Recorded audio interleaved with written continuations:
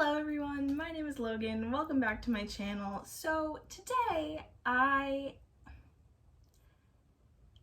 it has been a very emotional week for me. I've been dealing with the whole Destiel thing, as most of you know. Castiel was my comfort character for many years, and what they did to him is still deeply affecting me. But anyway, so that's not my only favorite show that ended this year, or is ending this year. Shameless.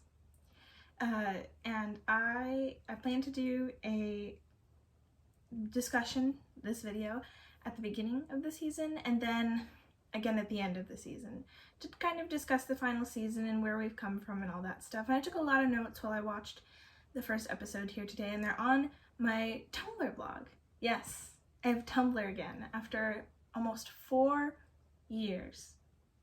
I have Tumblr again. So, what we're gonna do is we're gonna discuss the first episode. And then, in many weeks, when season finale airs, and I'm gonna cry a lot, we'll discuss that episode and kind of see how the season progressed. So, spoilers, obviously. If you don't want spoilers for the first episode of season 11, don't watch this video. I don't mind. I really don't.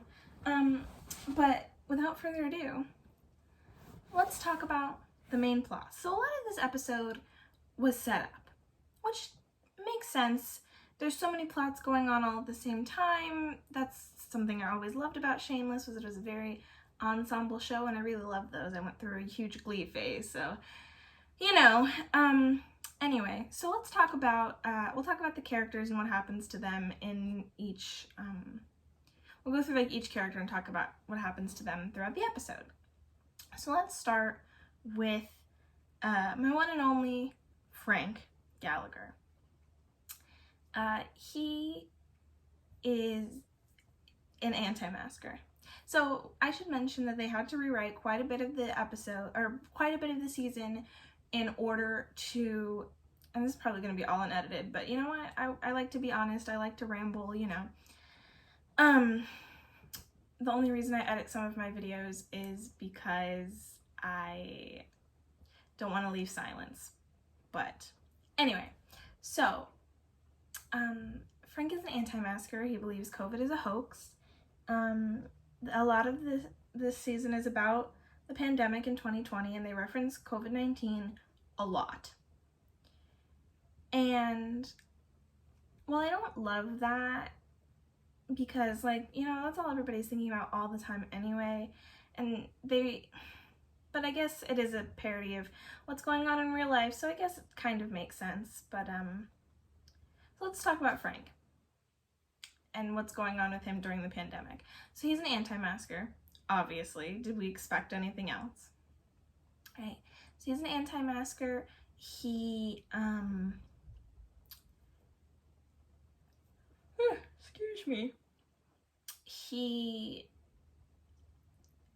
A grad student is walking around filming him for a thesis that they're doing, and he's talking about how the Gallagher shaped Chicago history, and how Chicago is like this awful place now that all the millennials and their Priuses and their expensive coffee are coming. And, you know, like typical boomer, you know. But like at the end of the day, gentrification is still bad. But the Alibi is open. Currently, bars are supposed to be closed in Chicago as of this episode's running. And so they used the gym that Kevin built last season to use it as a secret entrance to the Alibi. And, excuse me, a secret entrance to the Alibi. So Frank is still hanging out in the Alibi, and the Alibi, to make up for the fact that they don't have as many of their normal customers coming into the bar, they are selling weed out of the bar now, because if you didn't know, weed is now legal in Chicago. So they are selling weed out of the alibi, but they're unlicensed, so it's also kind of got to be secret. And Frank is very happy about this. You know, he loves weed. He loves any kind of drug. And so he spends a lot of time at the alibi still. And there's not really a lot that happens with Frank. He just complains about gentrification the whole episode. But I did want to start with Frank first because of my favorite moment in the entire episode. So, Tommy, one of the alibi men, first of all, he wears a neck gaiter instead of a mask, which I think is very appropriate. Like, obviously, they don't work. But it's very Tommy. And I love it. So he wears a neck gaiter, and he is like, weed is a gateway drug, you know, why do we need even more substances and shit? If you're a real addict, just drink like everybody else, right?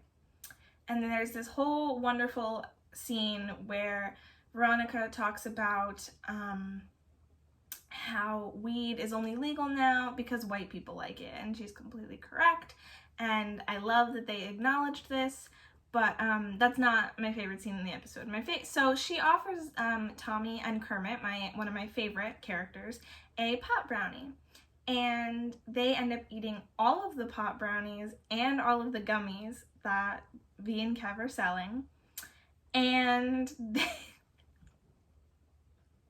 I saw this post on Tumblr because I'm looking at my my notes that I posted on Tumblr, and I will link the notes in the comments or in the description box below.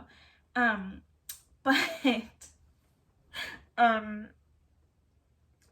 Kermit and Tommy fuck in the alibi bathroom while they're high on weed and Phil Collins is playing in the background. And I saw this post that made me laugh so much, where it was like, y'all thought Desdiel was the longest slow burn romance that was gonna come to fruition this year.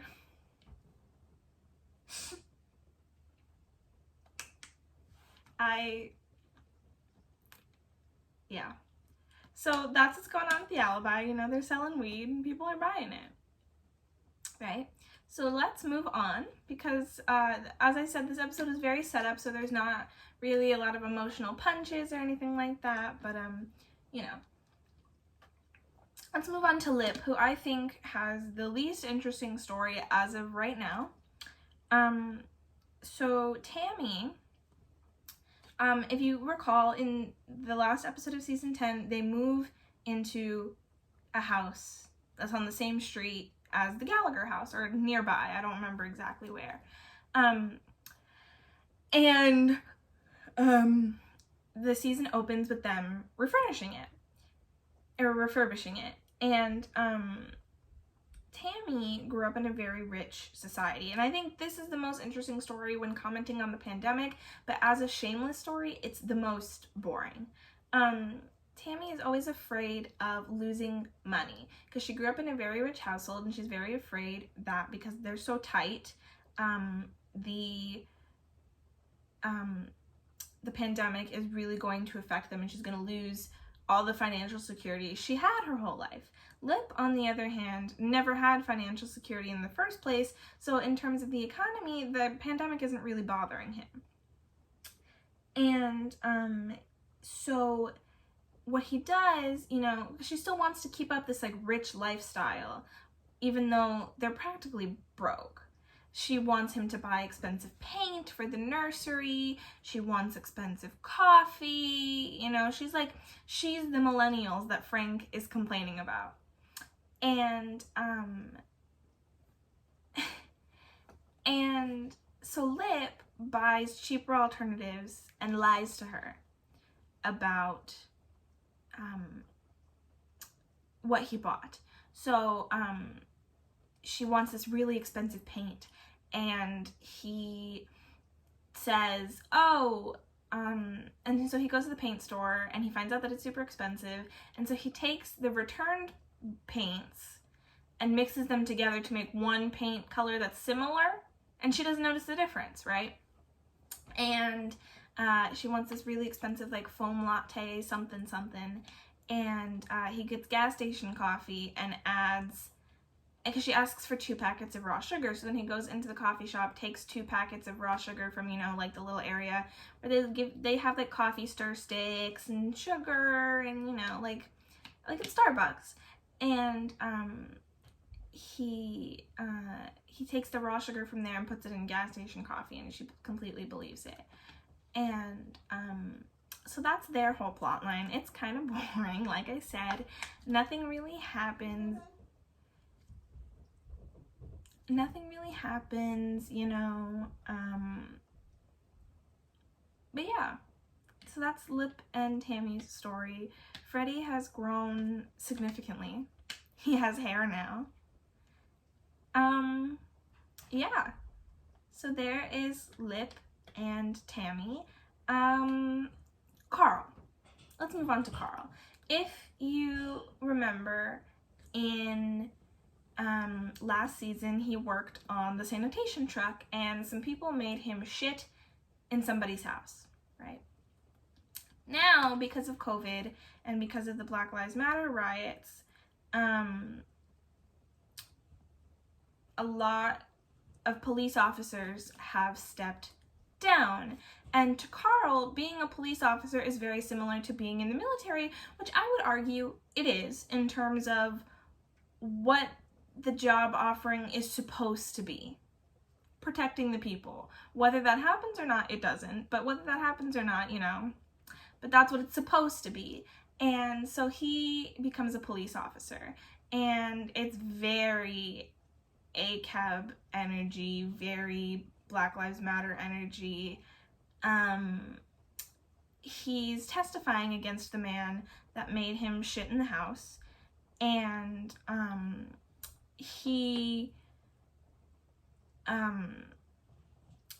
the cop tells him, oh, lie on the stand and you get to become a police officer. And Carl obviously wants to be a police officer because he's an underprivileged white kid and he doesn't know any better. And so he lies on the stand and sends a guy to prison. And, but he makes this really nice speech that I really liked, where the defense lawyer is saying like all these big words, and Carl's like, you think you're gonna catch me up in your big words? Because they ask him, did they ask you, or did they offer you a spot in the police academy in exchange for testifying? And Carl gives this really nice speech where he's like, you're not going to get me in your big words, you know, just because I'm not the smartest kid ever. I was underprivileged. I come from the South Side, you know, and while he still has like white privilege and male privilege and cis privilege, he still does not have the privilege of being at least middle class, you know. And I really liked the speech that he gave, and I thought that was really nice, where he's like, listen, he was lying, but like there was some truth to it. Not from him, but to the audience. And it was very much, you know, don't be classist. That's what they were saying, essentially. And I enjoyed that. So there's Carl's story. He's now on the police academy. As far as he's now a police officer. He's done in the police academy. He's now a police officer as of the next episode in the like trailer they showed for next week. So Carl's a police officer now. And he's very open about it. You know, he's very like, look at me, I'm a cop, how cool is that? You know, kind of thing. It's not Carl. ACAB. But, you know. Let's move on to Debbie. Debbie. So if you recall, at the end of season 10, Debbie got arrested for statutory rape of Julia, who was 17 at the time. And also, I learned today that Carl is older than Debbie. That can't be right. But when he was on the stand, the defense lawyer asked how old he was, and he said 19, almost 20, right? And then Debbie says, when she's talking about the statutory rape, she says she was 17 and 10 months younger than me. So she would be 19 tops. Does that make Carl older than Debbie? I always thought she was older than him. Anyway, so she got arrested for statutory rape. She has an ankle bracelet, and she is on the sex offender registry list, right? And there's a mistake in the system where they accidentally put down that the person she raped was 7 instead of 17. It was a typo in the system.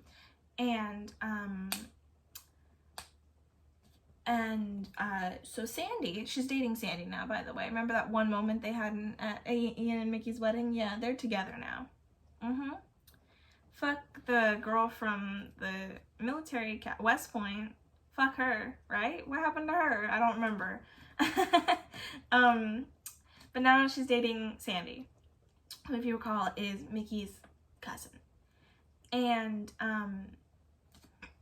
Sandy takes the mugshot from the sex offender registry website and posts it on Instagram because Debbie is trying to start a freelance business, you know, where she does her welding and she does plumbing and electrician, like, she's a handyman.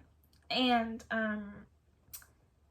so Sandy takes, but nobody wants to hire her because it looks like she raped a 7-year-old. But now Sandy made an Instagram for her that says, you know, this wouldn't have happened if I wasn't a lesbian. There's so many fucking male straight sex offenders in the area who don't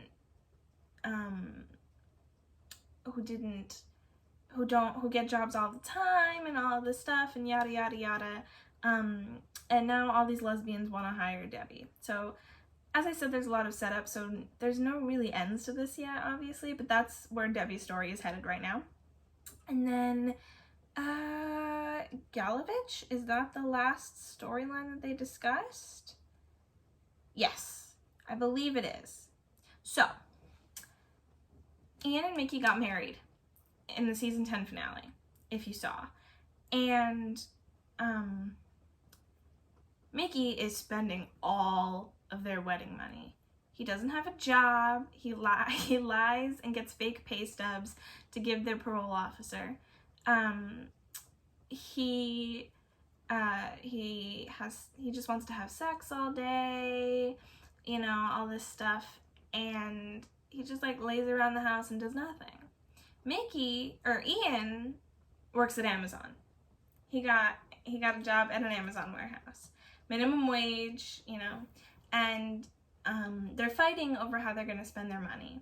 And so they have this talk where Ian is like, you know, we're married now, we have to kind of discuss how we want to use things, how we want to do money and monogamy and all this stuff. And it was his fault for bringing up monogamy in the first place, but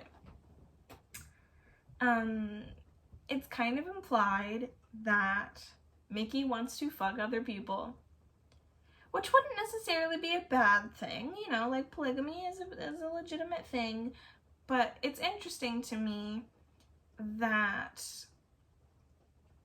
they would bring this up. This doesn't seem like a very Gallagher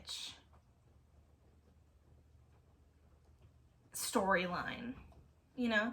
Like, this feels like a storyline they would have done with Fiona like 3 seasons ago, but whatever. And that's all we see of them pretty much in this episode. Mickey wants to fuck. He spends their money, you know? Ian says, stop spending our money. I want to be monogamous. And it's implied that Mickey wants to be polygamous. So that's where we're at right now. Also, Frank used spray paint on a bench at the train station to say fuck 2020 because this show is written by millennials. Am I wrong? Because all these millennials be like, 2020 is the worst year ever. Yeah, it's your fault. Perhaps. You know? But, anyway. I think that's it. Oh, another thing that I'd like to point out, I guess, is Gemma, one of the twins of V and Kev, is rolling blunts for them to sell at the Alibi, and apparently she has a gift for it. So yeah. Thank you for watching my Shameless Season 11, Episode 1 discussion. I can't wait to talk about this when the season is over and the series is over. Oh my god, this is the last season. This show has like been my go-to for the past like year and a half now. I started watching it right after season 9 finished, or when season 9 went up on Netflix. And I remember because I was on season 7 and I was watching it on Netflix and it said new episodes, and season 9 was then. And then I watched season 10 right after it all aired on Showtime. I got the week-long free trial and watched the whole thing. But now I'm in college, so I have Spotify Student, which comes with Showtime, and now I can watch Shameless live. So yeah, I'm having a grand old time. I love this show. 2 years now I've been in love with this show, so that's where I am. I hope you guys enjoyed this video. Like this video, click the bell, subscribe, all that shit. Yeah. I know this was kind of a boring video, but the episode was kind of boring. It was all set up, you know. Anyway, I'll talk to you after the finale about Shameless. I'll be back next week, but you know. Bye!